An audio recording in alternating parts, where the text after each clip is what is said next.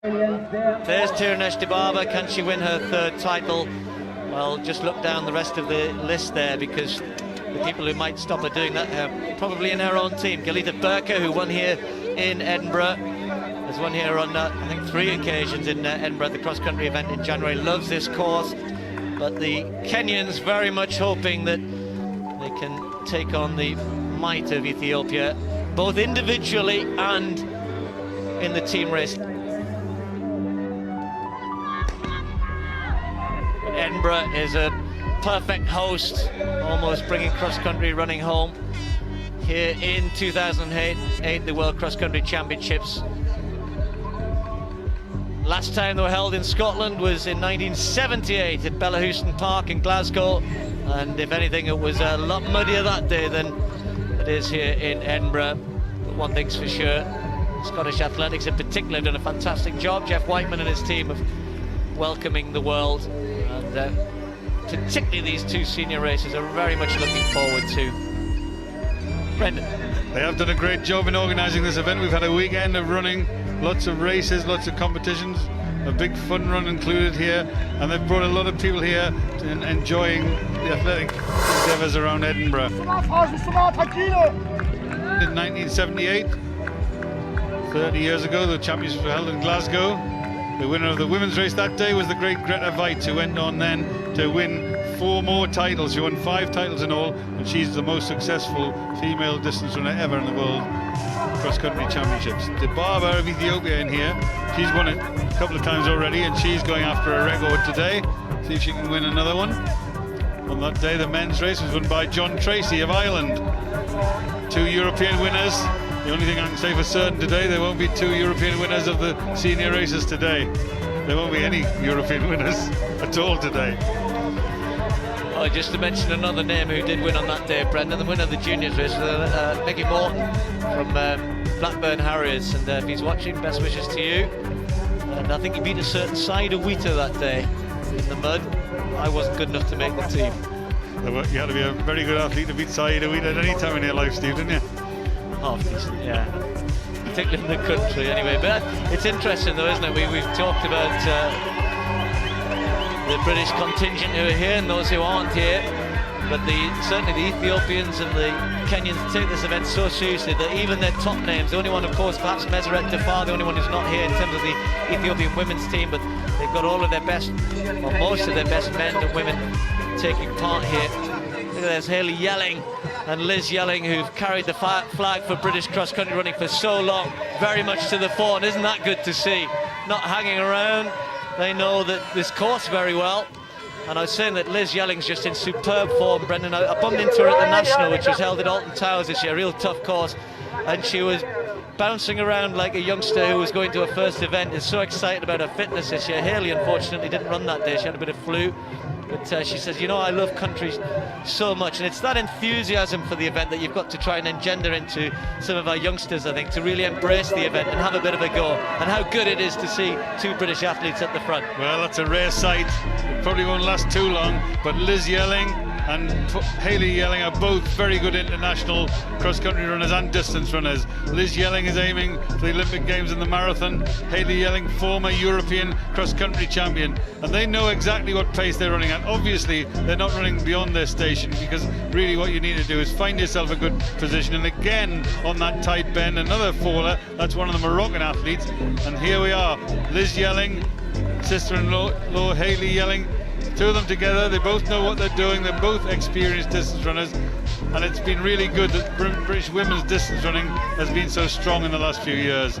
It's kept the thing going. Look at that group there, there's the faller just on the inside, one of the Moroccan athletes. That was a heavy fall. The good news is she's up and running again. It was Lega Joui of Morocco who fell there. There's Tufa who's leading them at the minute. There's Burka on the inside wearing the cap. She's been to Edinburgh before, knows what it's like, knows it can get a little chilly here at times. Liz Yelling, well, as the race really starts to pick up, perhaps just feeling the pace for the first time. The Americans are packing very well. Hayley Yelling's got to stay in that group there. We've got to hope that from behind a couple of the other British athletes can start to make their way through the field. Here comes Faye Fullerton, still in the 30s, keeping her eye on athletes ahead. And then I'm hoping that there you can see the next group of British athletes, Laura Kenny, Rachel Townend and Joe Wilkinson pretty much running together, but they're going to have to start to make some inroads if they're going to get close to that American team who currently are holding the bronze medal position. And at the back of that leading group, they're just coming down that little incline. It's Benita Johnson of Australia. Benita is a former winner of this race a couple of years ago, and she's just at the back of that group, gauging her position, just coming back to fitness. She was due to run the London Marathon, but she's missed a lot of training, and there at the back of the group, just in a nice position, nicely poised, is Benita Johnson working her way back to international competition. And actually the Australians, just as you were saying that, Bren, I was watching them go through, they're packing quite well as well, in fact a little better than they were, and the likes of Vicky Mitchell, Melissa Rollerson, their team doing well. Just watch for one or two of their names going through there. The team manager will be happy with that. That's Sonia O'Sullivan. She's actually here organising the Australian team. Now lives half-time in London and half-time in Australia. Her partner Nick Bidow, coach of a lot of the top athletes, and he was telling me that Sonia's really enjoying being the team manager for the women's team here. And for the first time, the youngster from Kenya, perhaps the big threat from Kenya, Lynette Masai, moved alongside Burka, saw the threat, perhaps she realising that perhaps Burka's the one very much to keep an eye on. She has the experience on this course. There's Masai over on the far side there, next to Chirono. Masai, just 18 years of age still. As I said, won the junior title last year. Could have run that race here today, decided to go for the senior event. And the Kenyans have very much thrown one or two, not just youngsters, but inexperienced athletes into this world cross-country environment, hoping that they could perform well and take on the might of this Ethiopian team. Benita Johnson is having an excellent run at the moment, and Liz Yelling, you can see, has drifted away from that lead group. There she is. But Benita Johnson, as that group is whittled down to about 9 or 10 athletes, certainly the first of the non-Africans in there. And yet again, Benita Johnson, I wasn't sure she was in such good shape, but so far so good. She's running very well. Well, she's off to run in Ireland next weekend, and the coach Nick Bidow says she'll run well today, but she'll run better next week and even better in a couple of weeks' time. But she's running really above herself today. She only just qualified. She wasn't even going to run the World Cross Country, but here she is. Not only running it, but she's being extremely competitive in it. A former champion, Benita Johnson from Australia, as they now on the first of the long laps, and the hill will be the test. That'll tell us who's feeling good, who's strong enough, and who's running well enough. And they're just almost lining up for the run up the hill. Benita Johnson right at the very back of that group, but the 4 Kenyans on one side, Ethiopians numbers 5 of them around there, and Benita Johnson looking on the outside in the white vest and the green shorts, just cutting through and hanging on to the back of them. Well, you can see Benita Johnson here. I technically said she was the first non-African. Well, actually, there's Hilda Kibet of the Netherlands just ahead of her. And Hilda Kibet is a former Kenyan, so well, make your own mind up about whether Benita Johnson's the first of the non-Africans. With Hilda Kibet, like Lorna Kiplagat, of course, who won this title last year. No Lorna Kiplagat here, who won the title for Holland, former Kenyan, won it in Mombasa. Kibet, related indeed to Kiplagat. Kibet became a Dutch citizen in October last year. She's in about 8th position at the moment. Well, look at the move on the hill very quickly. Now, instead of being a group of 8 athletes, they're in single file. Masai's moved quickly through. Jalita Burka didn't run well up that hill, but moving through quickly into 3rd place. And 3 of them beginning to stretch and beginning to look as though they're going to move away. Burka with a hat on in 3rd place, too far of Ethiopia, the lead, and Masai, the young Kenyan athlete who could have run in the junior race today, decided to go in the senior race, and it looks as though we know why. She's that good. Those 3 working together. Xurunash Dibaabaa coming through from behind, Melkamu coming through from behind from Ethiopia. But now the race really is on as they move on to the last lap. 1 lap to go, 1 long lap. The group together. At the hill, you sense, will be where the race is won and lost. Who's going to be strong enough up Haggis now to keep going and to keep running. Haggis now, the hill on the far side, is about 400 metres from the finish. And Jalita Burka, as we've seen her do on 3 occasions here in the Invitation International race, now moves to the front like we've seen her do. She's stretching it now. She's beginning to make a run. She knows her way around here. She wants to be competitive. She wants to try and win this one. Well, this is a real push to the front by Burka, an effort to get away from the two athletes. She has another glance around, see there's just three of them. Masai struggling to stay with her. Tufar, who's been running very well lately, was second in completely different conditions. The San Juan 10K warm race that she was behind Lorna Kiplagat, who I said is not here, but that was a good indicator for her state of fitness, and she's given Galita Burka a real run for her money at the moment. So it's Ethiopia 1 and 2. It looks as though the youngster from Kenya, Lynette Masai, has tried to stay with them and may well pay for that, as she's in danger of losing third place, and that could be a 1-2-3. I think it might be Dibaba moving into third place there, but certainly an Ethiopian 1-2-3 very much on the cards here. Now United States and Australia, just keep an eye on that team situation, are joint third and fourth at the moment. But Brendan at the front, Burka knows how to win here in Edinburgh, of course, but as we get closer and closer to the finish, I'm sure she'd prefer to have some daylight between herself and her teammate. Xurunash Dibaabaa moves through into third place now, so Ethiopia 1, 2 and 3. Jalita Burka, 3 times the winner of the Great Edinburgh International Cross Country, looks over her shoulder.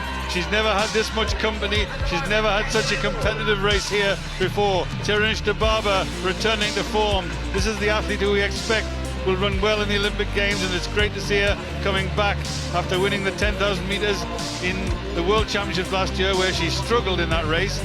And now on her way back, the stomach injury behind her, and Jalita Burka, well, ahead of her, but ahead of the field, too far in second place. There's Xurunash Dibaabaa, Masai of Kenya at fourth place, and they're going to be the first 4. And is Jalita Burka going to be strong enough to win this one? Has she still got anything in the tank? The hill will be the test. She didn't run so well up the hill the first time. Now she looks to be metronomic in her running. Well, there was a real effort by Xurunash Dibaabaa to get back to these two, but that looks as though it's subsided a little as Lynette Masai has now moved back into third place. As she's starting to rally, can she sense that second place might still be available? Because Burka has broken too far. Her teammate has one more look behind.